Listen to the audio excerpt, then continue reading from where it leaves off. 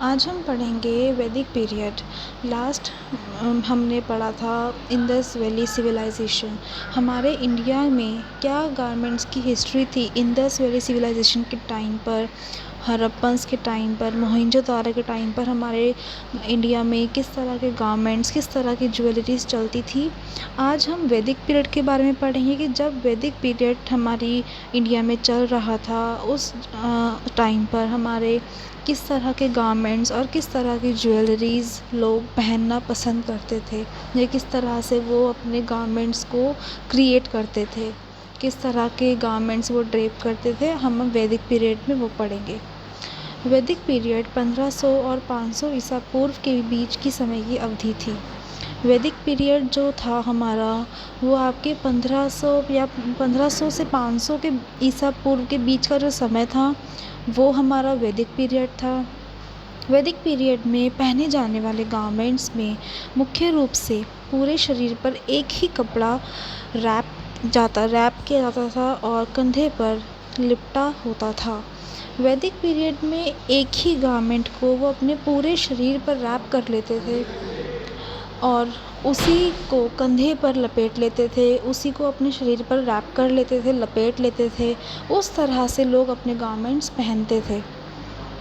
लोग परिधान नामक निचला कपड़ा पहनते थे जो फ्रंट की ओर प्लीट होता था, और मेखला नामक एक बेल्ट के साथ टाई होता था, और अपर गारमेंट जिसे उतारिया कहते थे, जिसे वे समर के दौरान निकालते थे। लोग जो पहनते थे एक परिधान नामक कपड़ा पहनते थे अपने लोअर गारमेंट में, जो हम वेस्ट के नीचे डालते हैं उसको लोअर गारमेंट कहते हैं। उस गारमेंट को वो परिधान कहते थे, और वो गारमेंट आपका फ्रंट की तरफ प्लीट होता था। जिस तरह से आपके साड़ीज़ होते हैं, साड़ीज़ में हम फ्रंट में प्लेट्स बनाते हैं, इसी तरह से वो आपका जो परिधान गारमेंट होता था वो फ्रंट की तरफ प्लीटेड होता था, और मेखला नामक एक बेल्ट के साथ टाई होता था। ऊपर से वो लोग एक वेस्ट बेल्ट, जिसे हम कहते हैं, एक बेल्ट की तरह पहनते थे जिसको मेखला कहते थे। मेखला के साथ उस परिधान को वो लोग टाई कर देते थे, और एक अपर गारमेंट जिसे उतारिया कहते थे वे समर के दौरान निकालते थे। और समर्स में वो लोग एक अपर गारमेंट जो है वो निकाल देते थे, उसे वैसे उतारिया कहते हैं।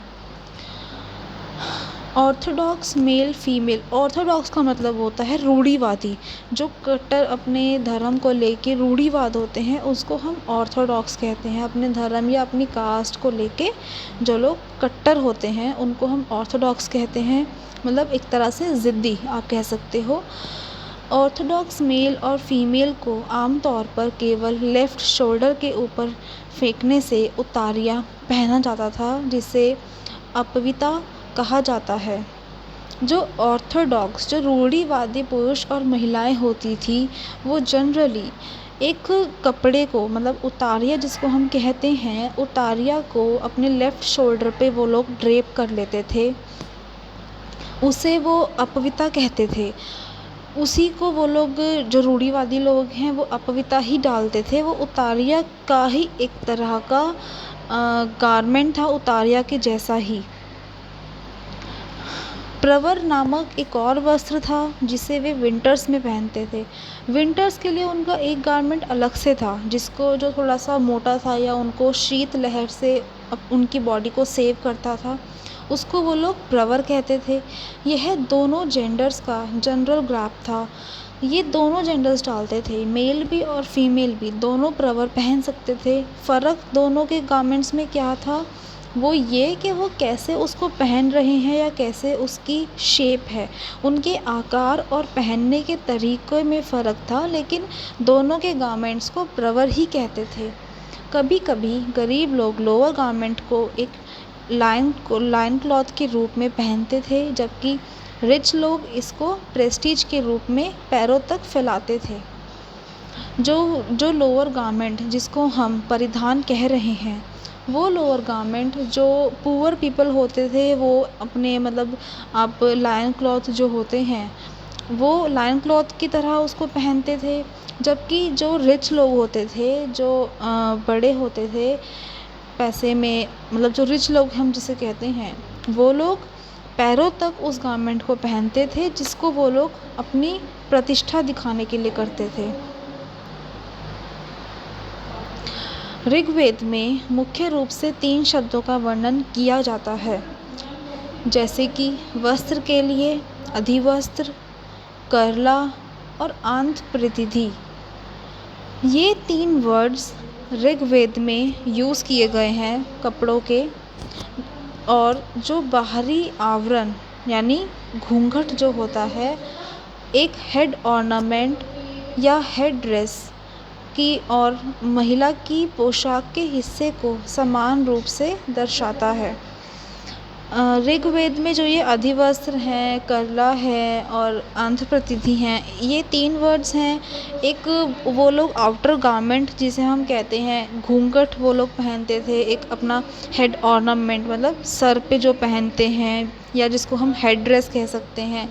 इस चीज़ से जो फीमेल्स होते हैं उनकी जो गारमेंट्स हैं उसको हम एक समान रूप से देख सकते हैं कि उनके हेड ड्रेस और या फिर उनके हेड ऑर्नामेंट्स क्या हैं, जो वेल जो घूंघट हैं, घूंघट को हम वेल कहते हैं, ये उनकी फीमेल गारमेंट्स की एक पहचान को दर्शाता है। निस्का, रुक्मा जैसे ऑर्नामेंट्स के कई प्रमाण मिलते हैं। निस्का और रुक्मा आपके ऑर्नामेंट के नाम हैं, इसके कई प्रूफ मिलते हैं उस ऋग्वेद में, जिन्हें ईयर और नेक में पहना जाता था। उसको निस्का को या फिर रुक्मा को वो लोग कान में या गले में पहनते थे। हार में गोल्ड बीड्स, एक सोने के मोतियों जैसे कुछ आप लोगों ने देखा भी होगा, मार्केट में मिलते हैं, उस तरह की गोल्ड बीड्स का वो लोग अपने ज्वेलरी में बहुत यूज़ करते थे, जो बताते हैं कि गोल्ड का उपयोग मुख्य रूप से ज्वेलरी में किया जाता था।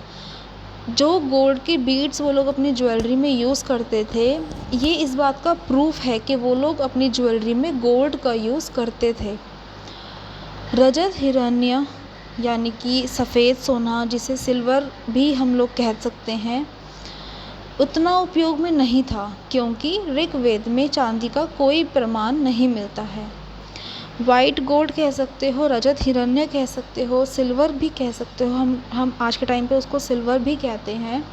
इस चीज़ का ऋग्वेद में कोई भी हमें प्रूफ नहीं मिला है। इस बात से हमें ये समझ आती है कि ऋग्वेद में सिल्वर यूज़ नहीं करते थे, गोल्ड यूज़ करते थे ज्वेलरीज़ में। वो लोग जो अपनी रुक्मा और निस्का पहनते थे, गोल्ड बीड्स पहनते थे, वो गोल्ड का यूज़ करते थे। वाइट गोल्ड यानी कि रजत हिरण्य वो लोग नहीं डालते थे। अथर्ववेद में इनर कवर, आउटर कवर और एक चेस्ट कवर के लिए वस्त्र बनाए जाने लगे। जो अथर्ववेद है उसमें लोग अंदर डालने के लिए एक अलग से कवर बनाते थे, एक अलग से गारमेंट बनता था। बाहर पहनने के लिए एक अलग से गारमेंट बनता था, चेस्ट कवर के लिए एक अलग से गारमेंट बनता था। तो यहाँ पर अथर्ववेद में जो लोग थे वो अलग अलग इस तरह से गारमेंट बनाने लगे। इस तरह के लिखा हुआ है अथर्ववेद में, ऐसे वाले प्रूफ मिले हैं। कुर्ला और अंतप्रतिधि जो ऋग्वेद में जिनका पहले से ही मेंशन है, इनके अलावा निवि यानी कि अंडरवेयर, ववरी यानी कि अपरवेयर और उपवसाना यानी कि वेल यानी घूंघट या हेड ड्रेस लाइक कुंभा और उसन-लेसा जैसे अन्य भाग भी हैं। जो हम ऋग्वेद में हम लोगों ने 3 नाम पढ़े, कुर्ला और अंतप्रतिधि। इनके अलावा अथर्ववेद में आपके और भी गारमेंट्स जुड़ गए, जैसे कि निवि जो हमने ये पढ़ा, आंतरिक आवरण, आपका ववरी यानी कि हम उसको आउटर कवर कह सकते हैं, एक बाहरी आवरण कह सकते हैं, और उपवसाना यानी कि आपका वेल यानी कि घूंघट। इस तरह से कुंभा या उष्णलेसा, इस तरह के गारमेंट्स भी अथर्ववेद में लोग यूज़ करने लगे। इस चीज़ के प्रूफ मिले हैं। इस वैदिक पाठ में ऑर्नामेंट्स बनाने के लिए उपधाना, फुटवियर यानी जिसको फुटवियर हम कहते हैं, उसे वो लोग उपधाना कहते हैं, और कंबाला, मणि, जो ज्वेलरी में यूज़ करते थे, इनका भी उल्लेख किया गया है। मतलब ये चीज़ें भी मेंशन हैं। जो ऑर्नामेंट्स वो लोग पहनते थे, जो फुटवेयर वो लोग पहनते थे, उसको अपडेटर कहते हैं। ऑर्नामेंट्स में वो लोग कंबाला या मनी का यूज़ करते थे। नीचे आपका जो गारमेंट दिखाया गया है, जो पिक्चर है, इस पिक्चर में लेडी ने अंडरवेयर एक मतलब लोअर गारमेंट अलग से पहना हुआ है, अपर गारमेंट अलग से पहना हुआ है, और साथ में दूसरी लेडी ने वेल भी यानी घूंघट भी डाला हुआ है। इसी तरह से जो हमने ऋग्वेद के ये देखे, ऋग्वेद में आपका उतारिया यानी जो अपर गारमेंट है वो देखो, उसके हाथ में ज्वेलरीज भी हैं, नेक में भी ज्वेलरी है। आपका अंतारिया यानी कि लोअर गारमेंट। उतारिया जो रिच पीपल डालते थे वो इस तरह से कि वो लोग सिर्फ एक ही शोल्डर पे उसको ड्रेप कर लेते थे। और आपका अंतारिया दूसरी पिक्चर में जो आपका लोअर गारमेंट नी लेंथ तक उसने पहना हुआ है। तो इस तरह से जो पिक्चर्स मिली हैं वैदिक पीरियड की, उससे हमें ये सारे जो गारमेंट्स हैं जिनके हमें नाम पता लगे, अधिवस्त्र, कुर्ला, अंश प्रतिदि, इस तरह के वो लोग गारमेंट्स यूज़ करते थे।